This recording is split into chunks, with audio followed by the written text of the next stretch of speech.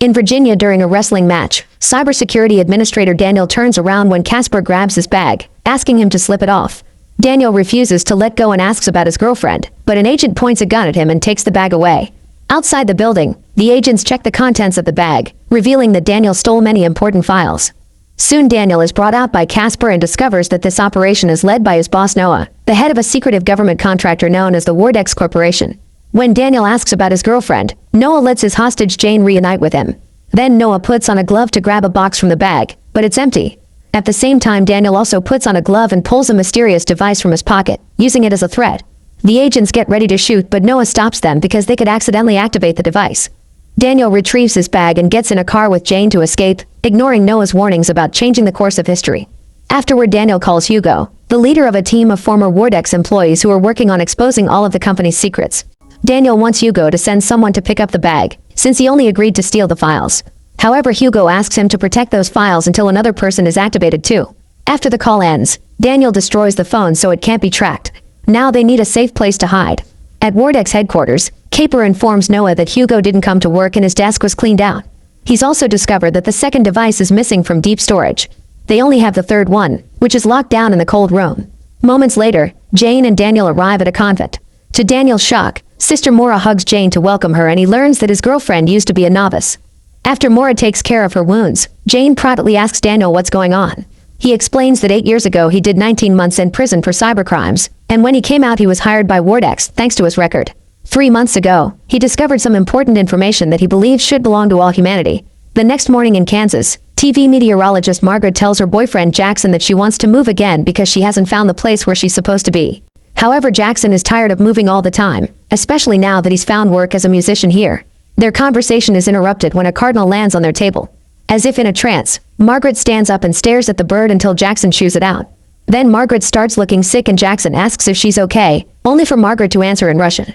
She doesn't realize she's doing it and only changes back to English when Jackson yells at her to stop. He tries to ask her how she knows Russian, but Margaret leaves for work. On the way to the TV station, Margaret is pulled over by a cop. She looks into his eyes and unconsciously begins describing everything that happened with the officer's family during breakfast. The man is left in such shock that Margaret drives away.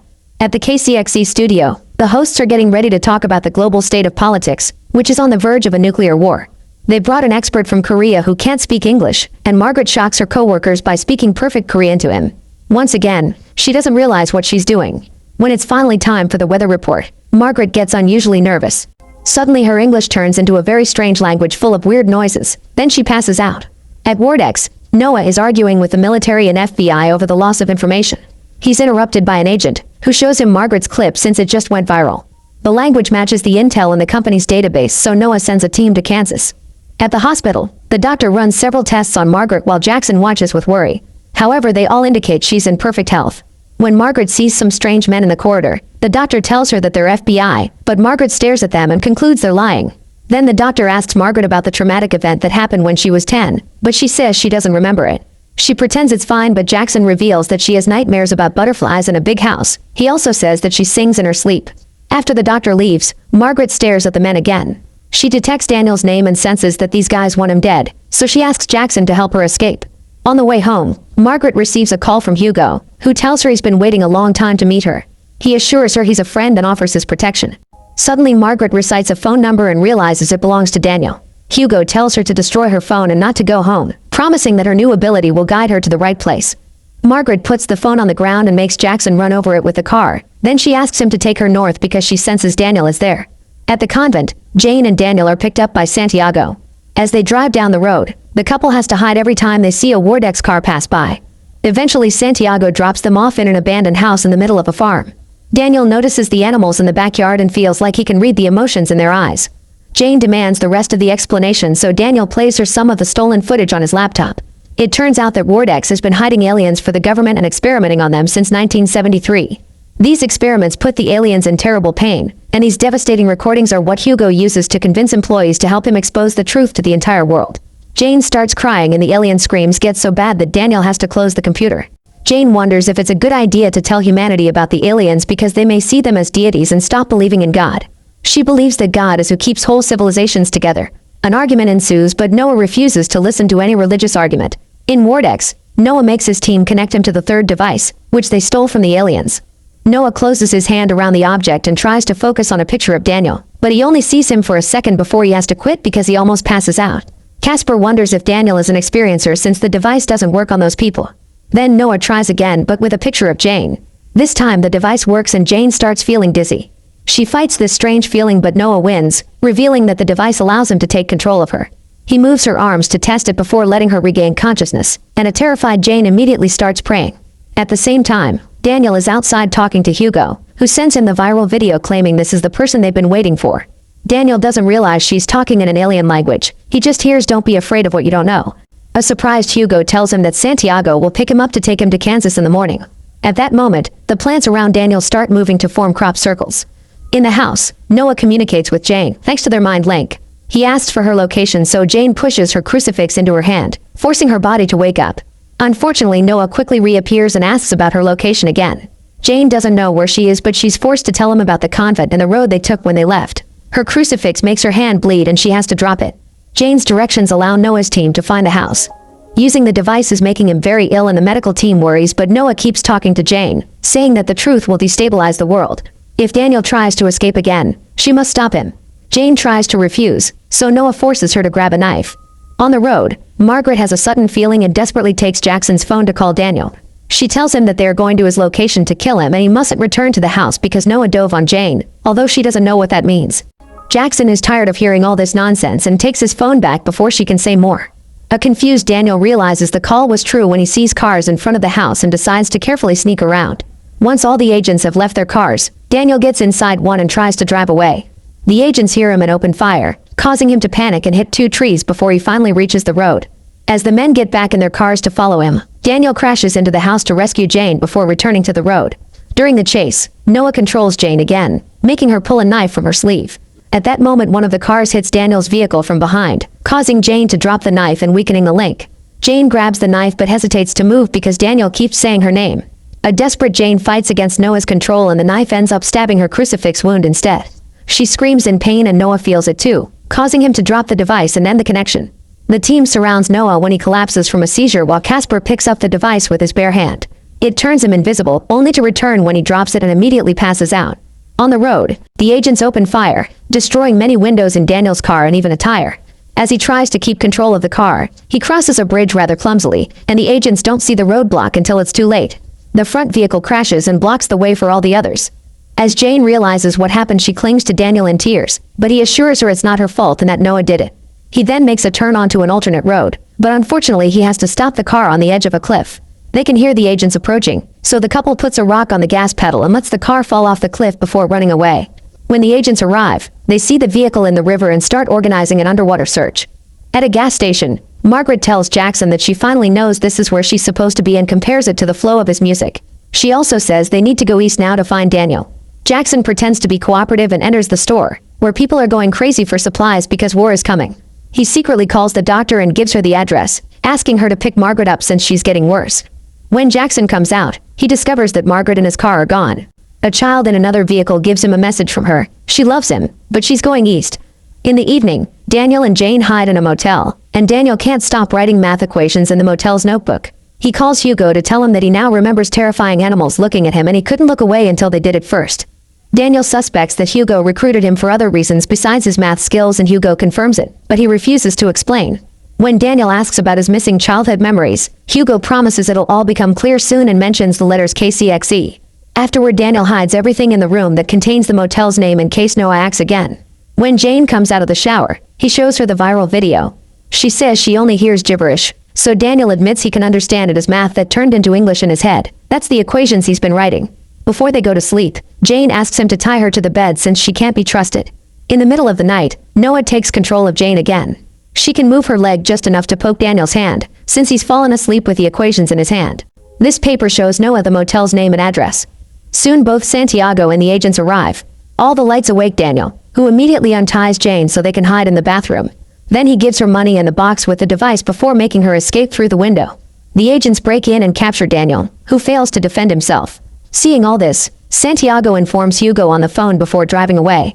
In the morning, Daniel is strapped to a chair in a lab in a decommissioned Air Force base in Missouri.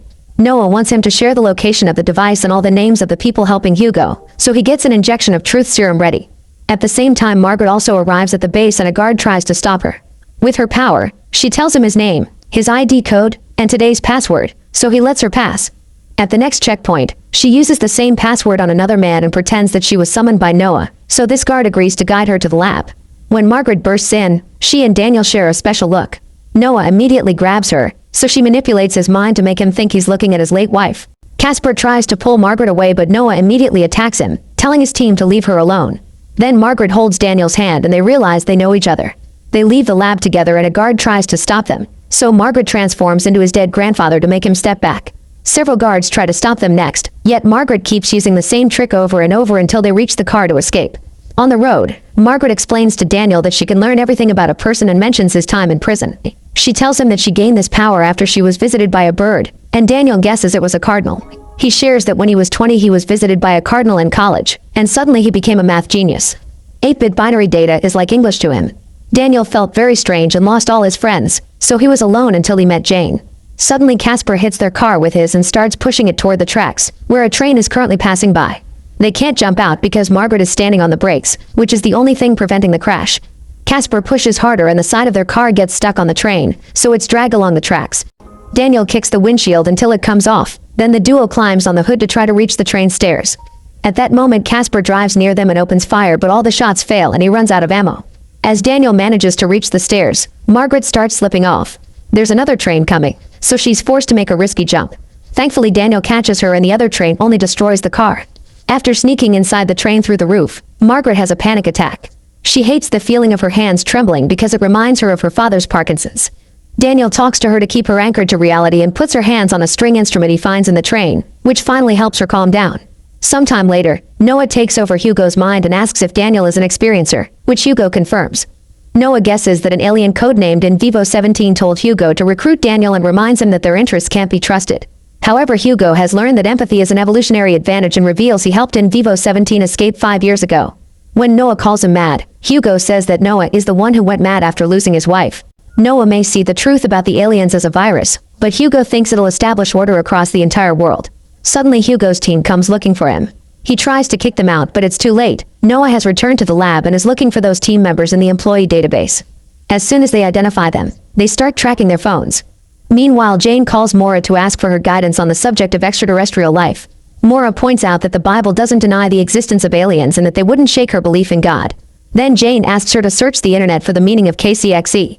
After leaving the train, Jane and Daniel walk down the road. Daniel asks Jane if she can see the memories he's lost and her power makes a fox appear. Suddenly they're surrounded by firefighters and they panic, but it's just Santiago and his team in disguise. They use a machine to confirm they aren't under Noah's control before taking them to the city. At Hugo's headquarters, Margaret is shocked to find a copy of her childhood home. As she freaks out, a woman holds her hand and crosses herself. However, the idea of being a deity makes Margaret freak out even more and she runs to hide in her house, where she has a breakdown. Afterward, she grabs a picture of her family and enters the room, noticing how all the details match her memories.